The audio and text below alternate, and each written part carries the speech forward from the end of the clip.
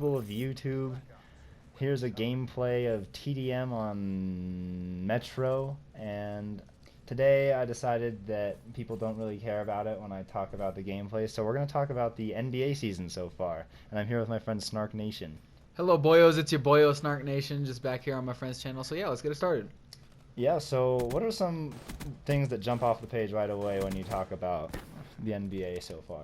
Well, I mean, obviously you've seen Steph Curry. His point output has been really good thus far. He's definitely slowed down lately, though. I've Yeah, been he seeing his has. stat lines. He was at 33, 34 points a game for a little bit there, and now he's dipped all the way down to, like... Around 30, or maybe even lower, I thought. I think it's 29 point something, because Okay. I follow it pretty closely. We're pretty big basketball fans. Yeah, both of us. If we're Draymond not, Green has been going off for the last few games. Draymond Green is on his triple-double tear. Yeah. Definitely impressed with him, even though I don't care for him much as a player, but I I don't don't want to either. talk about negativity.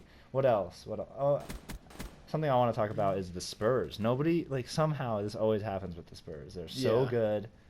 They're good every Yet year, but this year is nobody, even and better. they're even further under the radar than other times. Yeah, You know? this year they've been insane. Their point differential is actually better than the Warriors, and everyone's freaking out about the Warriors.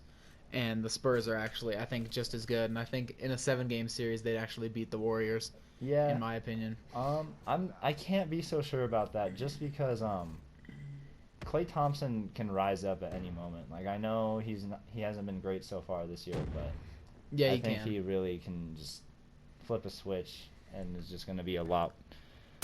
Like the other night against the Lakers, he absolutely went off. He did. I think he had high 30s of some sort. Oh God. Yeah. Anyways, And what was I gonna say? But I mean, at the same time, Kawhi Leonard can pretty much do whatever you need, and I think he could pretty much shut down Stephen Curry. yeah, Kawhi Leonard. They always throw him on the ball handlers, and yeah, Steph Curry's amazing, but I think in the past he's even struggled with Kawhi Leonard. Correct me if I'm wrong, but I recall a game last year towards the end of the regular season. Spurs played the Warriors at home and handled them, like won by 15 or so. And Kawhi Leonard, I remember getting a handful of strips, like just ripping it right out of Steph Curry's hands. You know. Yeah, I think any point guard, two guard, or small forward in the league would have trouble being guarded by Kawhi Leonard. Literally any single one, even Yeah. Durant and LeBron. What was I gonna mention? Oh yeah, Jimmy Butler had 40 points in the second half the other night. Yeah, he actually broke Michael Jordan's record for most points in a half. That's something, isn't it? Yeah, it was pretty crazy. And then he said, "Don't compare me to Jordan," which is, I mean, I can't argue with that. I mean, no one wants to have the burden on their back of being constantly compared to What Jordan. kind of context was that? What was that guy doing? Anyways, I think someone told him that he'd broken the record, and he said, "Don't compare me to Jordan." do you think he just thinks that's too high of an honor?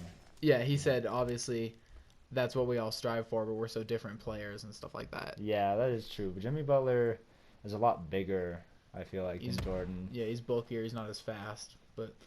Yeah, what do you think of the Atlanta Hawks so far? They were a surprise of the league last year, and this year they've been kind of lackluster. I wasn't surprised that they'd be lackluster. I really thought last year kind of. I mean, at first I was like, wow, because they went on a road trip one time last year. Boom, headshot. Anyways, they went on a road trip last year, and they were just beating up all these really nice teams. And I was like, wow, apparently, like, DeMar Carroll, Kyle Korver, Jeff Teague are all the real deal. And not to mention Paul Millsap and Al Horford. Yeah, of course. But after they lost DeMar Carroll and seeing them in the playoffs last year against the Cavs, I can't say I'm surprised by. Yeah. Yeah, no, I How would agree. mediocre they are. DeMar Carroll had knee surgery today and is going to be out for 6 to 8 weeks, Well, apparently. oh really? I Even didn't though even he's know. not on the Hawks Yeah, anymore. yeah, as we I know he's on Toronto. Yeah, exactly. Who else is there to talk? What other teams should we talk about? Speaking of Toronto, what do you think of them so far? Same I as haven't- always, not too they're special. they're not too special. You're not gonna get far when Kyle Korver, or not Kyle Korver, Kyle Lowry is one of your main go-to players in my opinion. Yeah. I feel like a lot of people say he's underrated, and yes, like the He was general, underrated. Well, the general public does underrate him. He's a productive point guard, and nobody really recognizes him. But as far as people who do follow the NBA pretty closely, like he's not really underrated because everybody knows who he is and everybody Yeah. says he's underrated. So Yeah, exactly. Let's talk about the Oklahoma City Thunder for a second. This past couple of days, the NBA Player of the Week or month, I forget which, has been shared by Kevin Durant and Russell Westbrook. The first time in quite a while that two players have shared that honor. But with two MVP candidates on the same team, when I watch the Thunder play, it doesn't look as amazing as it should. They lost to the Bulls on Christmas Day, and they just haven't really performed as much as I thought they would. What are your thoughts on that?